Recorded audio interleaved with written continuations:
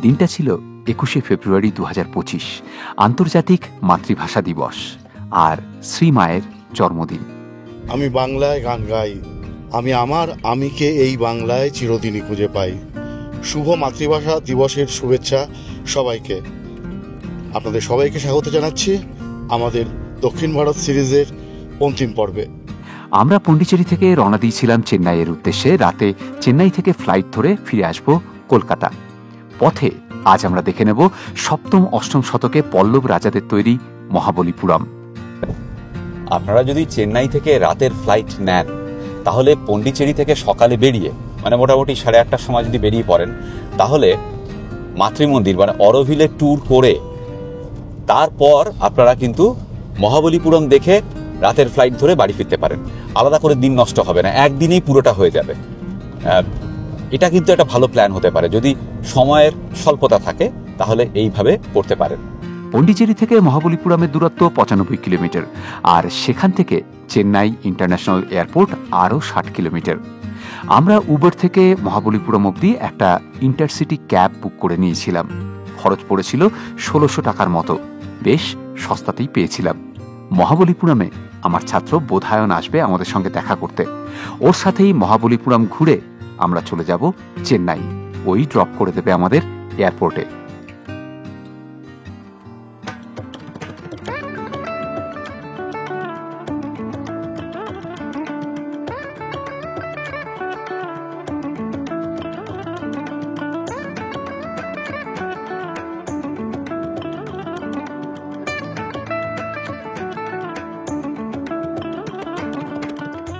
আমরা মহাবলীপুরম এসে পৌঁছালাম 12:40। তারপর একটু ওয়েট করলাম। এই হচ্ছে বোধায়ন।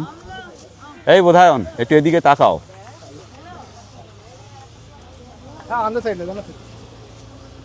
ওর জন্য ওয়েট করলাম। ও এলো গাড়ি নিয়ে, তারপর ওর গাড়িতে মালপত্র তুলে আগের গাড়িটা ছেড়ে দিয়েছি। তারপর এখন আমরা প্রথমে যাচ্ছি 5 রাথা টেম্পলে। এই যে সামনে, এখানে ভারতীয়দের জন্য টিকিট হচ্ছে 40 টাকা আর বিদেশিদের জন্য 600 টাকা। সার্ক কান্ট্রিভুক্ত দেশের জন্য আলাদা করে কোনো টিকিটের উল্লেখ নেই, মানে ওই 600 টাকাই পড়বে। আর একটা কথা, এখানে মনুমেন্টগুলো কিন্তু সবগুলো এক জায়গায় নেই। 40 টাকার টিকিটে সব মনুমেন্টই দর্শন করা যাবে, এরকম না, সেপারেট মনুমেন্টের জন্য আলাদা আলাদা টিকিট। আমরা প্রথমে ঢুকছি 5 রাথা টেম্পলসে। পঞ্চরথ মন্দির কমপ্লেক্সে 5টি রথ মন্দির পঞ্চপাণ্ডব এবং দ্রৌপদীর উদ্দেশ্যে নির্মিত। নকুল সহদেবের জন্য একটি মন্দির, আর ধর্মরাজ যুধিষ্ঠির, ভীম, অর্জুন এবং দ্রৌপদী প্রত্যেকের জন্য একটি করে মন্দির। এই 5টি মন্দিরের মধ্যে ভীমের মন্দিরটি সবচেয়ে বড়। আচ্ছা, এই মহাবলীপুরম তৈরি হয়েছিল 7ম শতকে।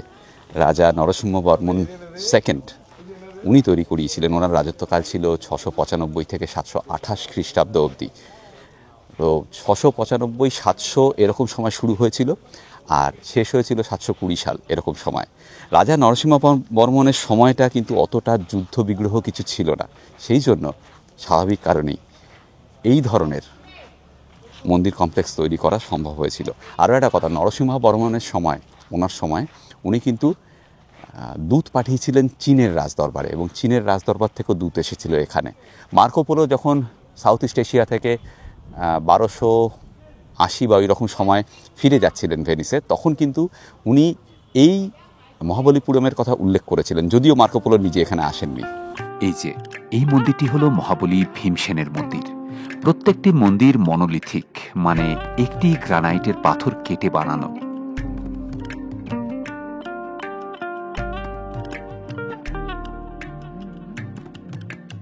এই যে রাজা নরসিংহবর্মন II, এনার আরেক নাম ছিল মহাবলী। মহাবলী বুঝতেই পারছেন, পরাক্রমশালী উপাধিই ছিল বোধহয় খুব সম্ভবত। তো সেই থেকেই নাম মহাবলীপুরম। আরেকটা নাম রয়েছে মামাল্লাপুরম। এটা হচ্ছে নকুল এবং সহদেবের রথ মন্দির। নকুল সহদেবের মন্দিরের পাশেই এই দেখুন, এই বিশাল ঐরাবতের মূর্তি। এটাও একটাই গ্রানাইট পাথর কেটে বানানো। দাঁতটা জায়গা রয়েছে দাঁত লাগানোর, কিন্তু দাঁত তো নেই পৃথ্বীজিৎ।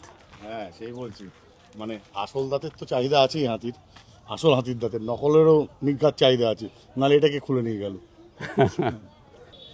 সিংহর সঙ্গে আরেক পুরুষ সিংহ।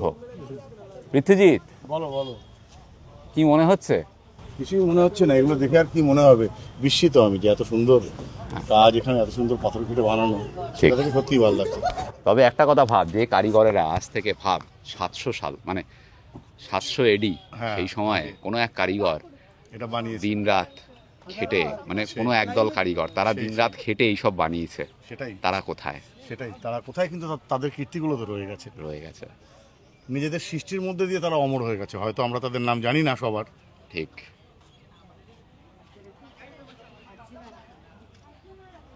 যে দ্রৌপদীর মন্দির, মানে দ্রৌপদীর রথ মন্দির, তার মধ্যে দ্রৌপদীর মূর্তি রয়েছে। দ্রৌপদীর রথের পাশেই বাদিকে অর্জুনের রথ। এই যে অর্জুনের রথ মন্দিরের ভেতরে কোনো কিছু নেই, এই দেখুন ফাঁকা। অবশ্যই এখানে মূর্তি ছিল, যেটি খোয়া গিয়েছে।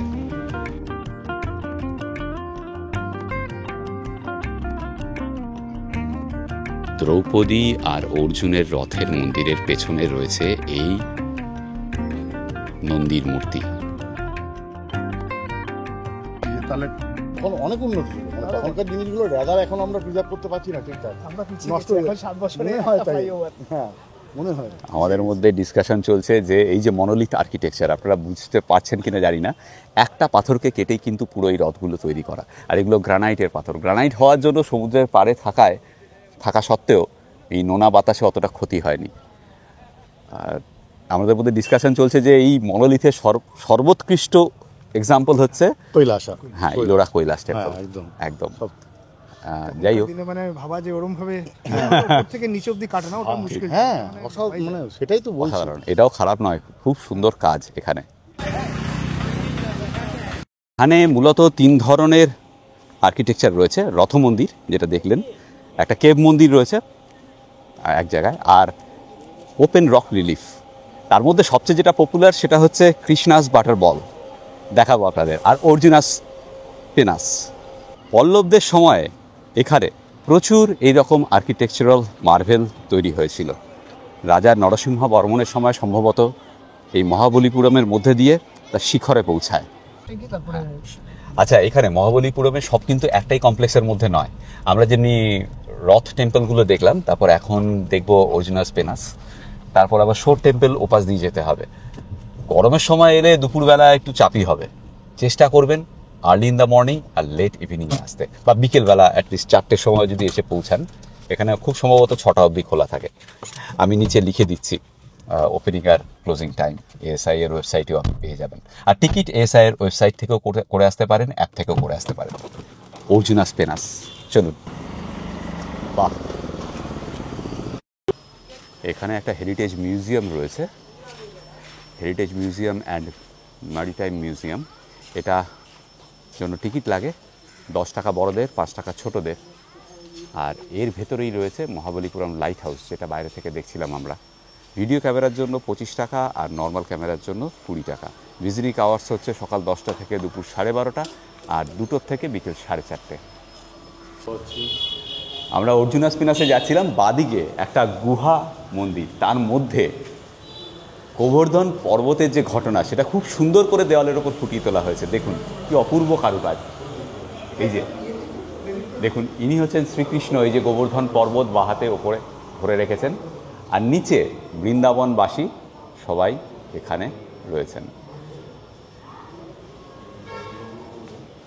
এখানে দেখুন গোবর্ধন পর্বতের নিচে এই যে এখানে দুধ দোয়ানো হচ্ছে, মানে সাধারণ জীবনযাত্রা চলছে গোবর্ধনের নিচে। খুব সুন্দর করে ফুটিয়ে তোলা, দারুণ সুন্দর কাজ।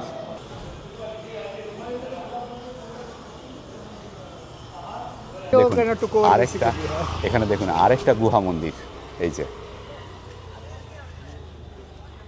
গোবর্ধন কেভ যেটা দেখালাম, গোবর্ধন মণ্ডপা, তার পাশেই এটাকে বলা হয় পঞ্চপাণ্ডব মণ্ডপা। এই যে গুহাগুলো, এগুলো পাথর কেটে গুহাগুলো তৈরি করা। গুহার পিলারগুলো অসাধারণ। এই যে গুহাগুলো, এগুলোকে বলা হয় মণ্ডপা। পঞ্চপাণ্ডবের গুহা থেকে বেরিয়ে পাশেই রয়েছে মহাবলীপুরমের সবচেয়ে ইন্টারেস্টিং আর popular rock relief monument Arjuna's penance.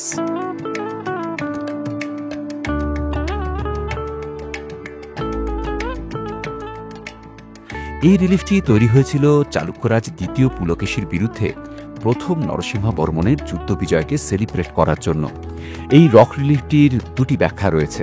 প্রথম ব্যাখ্যা অনুযায়ী ভগীরথের গঙ্গাকে নিয়ে মর্তে আগমন, তাই তুলে ধরা হয়েছে এখানে, এবং সেই যাত্রার সাক্ষী স্বর্গ মর্ত পাতালের সকল বাসিন্দারা। আরেকটি মতে তৃতীয় পাণ্ডব অর্জুনের এক পায়ে দাঁড়িয়ে কঠোর তপস্যা মহাদেবকে তুষ্ট করার জন্য, তাই নাকি তুলে ধরা হয়েছে এখানে। মহাদেব অর্জুনের তপস্যায় তুষ্ট হয়ে তাকে পাশুপাত অস্ত্র প্রদান করেন, আর তার সাক্ষী স্বর্গ মর্ত পাতালের সকলে।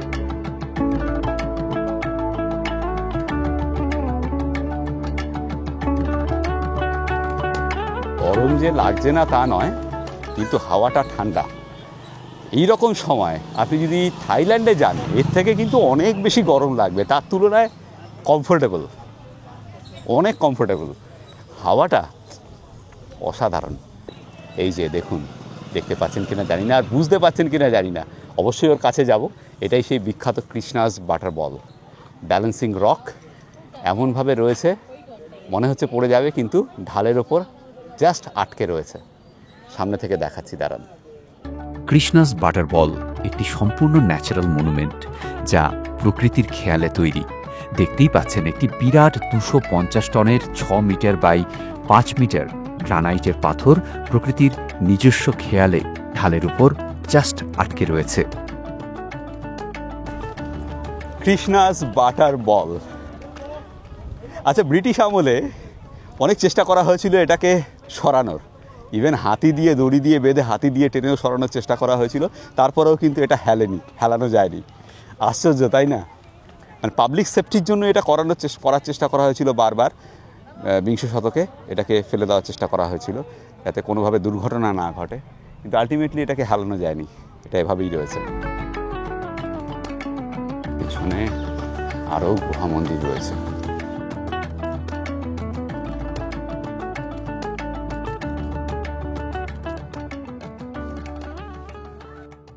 ব্রহ্মা বিষ্ণু মহেশ্বরের ওই যে মণ্ডপ, তার পাশেই এখানে দেখুন পানীয় জলের ব্যবস্থা করার জন্য এই ট্যাঙ্ক। রয়া গোপুরম বাদিকে, দ্রৌপদীস বাথ ডান দিকে, আর যেদিক দিয়ে এলাম সেটা হচ্ছে রক্কাট বারাহা টেম্পল। চলুন রয়া গোপুরমটা দেখা যাক। ওই যে সামনে, কিন্তু এটা ইনকমপ্লিট গোপুরম।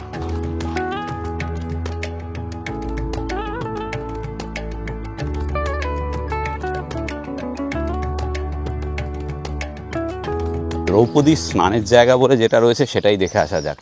এটা একটুখানি 1 মিনিট হেঁটেই, একদম পুরো সুইমিং পুল স্টাইল। এই হচ্ছে দ্রৌপদীস বাথ প্লেস।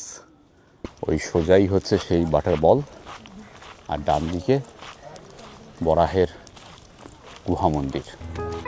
যতগুলো গুহা মানে মণ্ডপা রয়েছে, তার মধ্যে এই বরাহ মণ্ডপা সবচেয়ে বেশি কমপ্লিট। অপূর্ব সুন্দর পাথরের কাজ দেখতে পাবেন এই বরাহ মণ্ডপার দেয়ালে।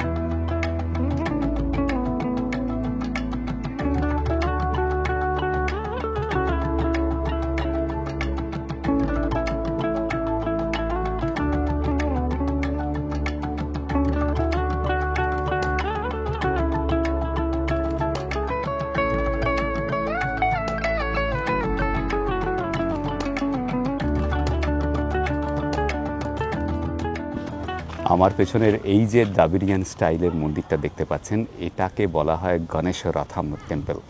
গণেশ রথা কারণ ভেতরে গণেশের মূর্তি পাওয়া গেছে, কিন্তু আর্কিওলজিক্যাল সার্ভে অফ ইন্ডিয়ার যা ফলক এখানে লাগানো রয়েছে সেই অনুসারে এটা প্রথমে ছিল মহাদেবের মন্দির, এবং এইটা এখানে বোধহয় একমাত্র মন্দির যেখানে এখনও পুজো হয়। এবং দ্রাবিড়িয়ান স্টাইলের মন্দির, ওপরটা চূড়াটা দেখতে, মানে মাথাটা টেম্পলের ওপরটা দেখেই বুঝতে পাচ্ছেন। যেরকম সফট বানাতে বলবো ওরকম টাইপের ওরা বানিয়ে। ঠিক আছে, আমাদের আরেকটাই জায়গা বাকি, সেটা হচ্ছে শোর টেম্পল। সেখানেই এলাম। এখানে এলে অবশ্যই গাড়ি নিয়ে আসবেন। গাড়ি না নিয়ে এলে এই জায়গাগুলো একটু ছাড়া ছাড়া কমপ্লেক্সগুলো, তো হেঁটে আসতে গেলে একটু সময় লাগবে এবং গরমের মধ্যে একটু অসুবিধাজনক হতে পারে। পশ্চিমের যত নাবিক ট্রাভেলার যারা এই মহাবলীপুরমে মেনশন করেছেন, তারা কিন্তু অ্যাকচুয়ালি মেনশন করেছেন এই শোর টেম্পলগুলোকে দেখে, সাগর থেকে দেখা যায়, এবং তারা মেনশন করেছেন অ্যাজ 7 প্যাগোডাস। এই হলো শোর টেম্পল, মূলত মহাদেবের মন্দির। অপূর্ব সুন্দর লাগছে এখানে। এটা পুরো টিপে, 3 দিকেই সমুদ্র। পাশেই দেখে নিতে পারেন মহাবলীপুরম বিচও।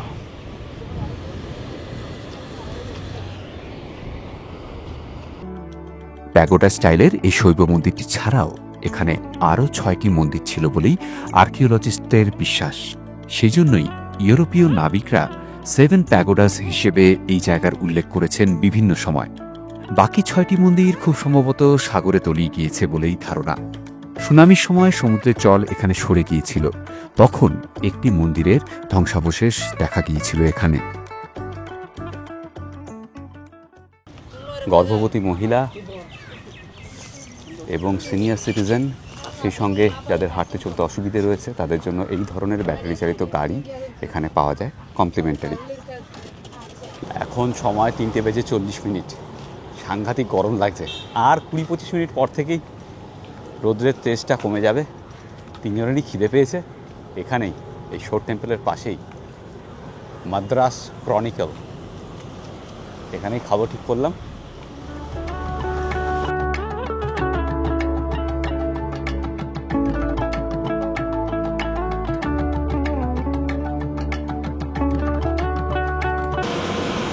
আমরা এয়ারপোর্টে এসেছি সন্ধেবেলা 6টার সময় বোধ হয়।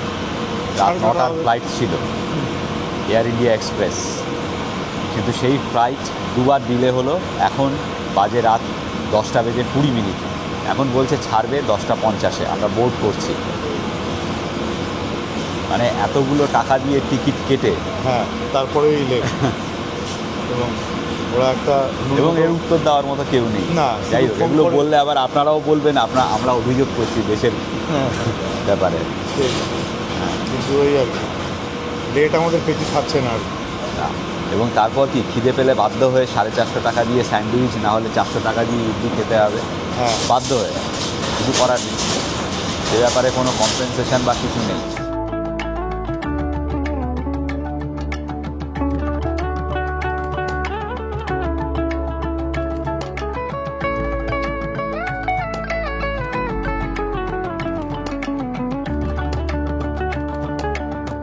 এখন 1:57।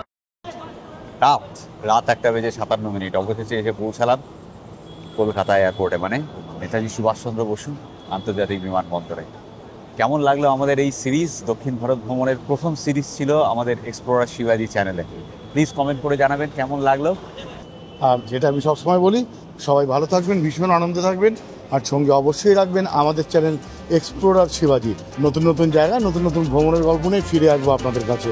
আমি জানি না এখন শুভরাত্রি নাকি শুভ দিন বলবো, সুপ্রভাত বলবো, কিছু একটা হবে। প্রভাত তো হয়েই যাবে, আর 1 ঘন্টা, এখন তো 1টা 2 বাজে। ওই জন্যই। ওকে, গুড নাইট।